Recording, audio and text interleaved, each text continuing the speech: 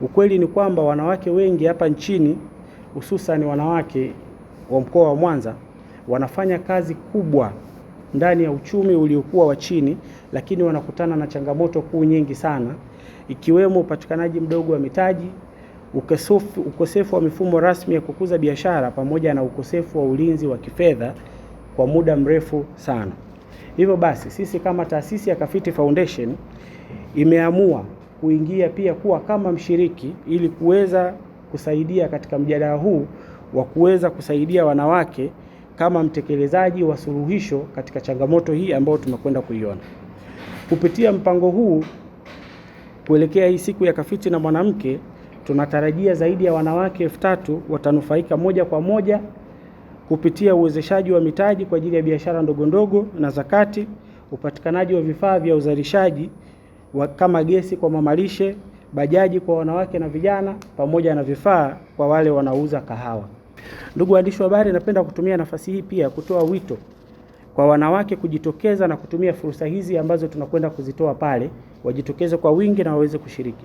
Taasisi na wadau wengine wa kuweza kuunga juhudi hizi ili tuweze kushikana kwa pamoja kuhakikisha kwamba manufaa na vile tunavyokwenda kuvifanya vinakuwa na tija. Tunafarijika tunapotoa huu uwezeshwaji, kwa maana wanasema ukimwezesha mwanamke umeiwezesha jamii, na kila mtu aliyeko hapa yupo kwa sababu alizaliwa na mwanamke.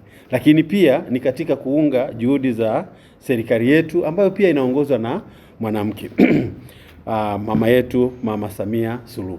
Na niwaombe waandishi tuendelee kutoa elimu, kwa sababu elimu inatakiwa itolewe na watu wote na waweze kuchangamkia fursa mbalimbali ambazo ziko kwenye mkoa wetu wa Mwanza, lakini kanda yetu ya Ziwa, lakini na Tanzania nzima. Sisi kama NSSF tumeshirikiana na Kafiti Foundation kwa muda wa siku kama 5 kabla ya tukio hili ambalo linaenda kuhitimisha kesho. Tumefanya kazi na Kafiti Foundation ikiwa ni kama sehemu ya jukumu letu ambalo tumepewa kutoa hifadhi ya jamii kwa watu wanaojiajiri, ambao Kafiti Foundation na mwanamke walipita huko na sisi tukawa tunatoa elimu huko.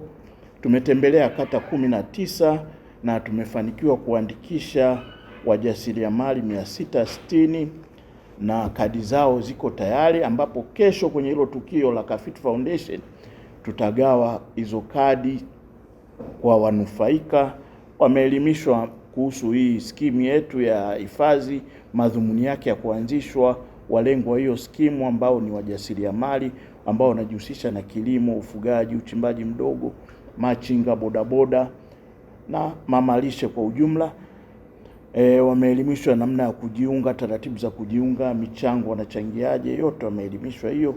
Na sisi kesho kama NSSF tutakuwepo pale, tutakuwa na banda letu ambapo wale wenye sifa za kujiunga watajiunga na mfuko wetu, ambapo pia tutakuwa tunatoa elimu kesho hiyo kwenye hiyo siku ya Kafiti na mwanamke.